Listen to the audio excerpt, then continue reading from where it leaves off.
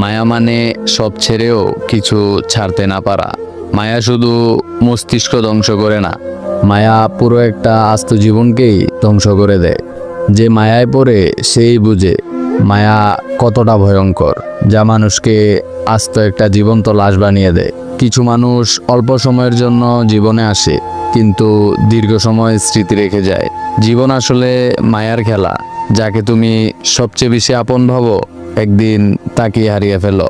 মায়া মানুষকে এতটা দুর্বল করে দেয় যে চোখের সামনে ঠকে গিয়েও কিছু বলতে পারে না। কারো প্রতি যখন মায়া জন্মায়, তখন তার সুখ দুঃখ নিজের মনের উপর প্রভাব ফেলতে শুরু করে। যাদের সাথে মায়ার সম্পর্ক গড়ে ওঠে, তারা যদি দূরে চলে যায়, তখন জীবনটা ঠিক অচেনা হয়ে যায়।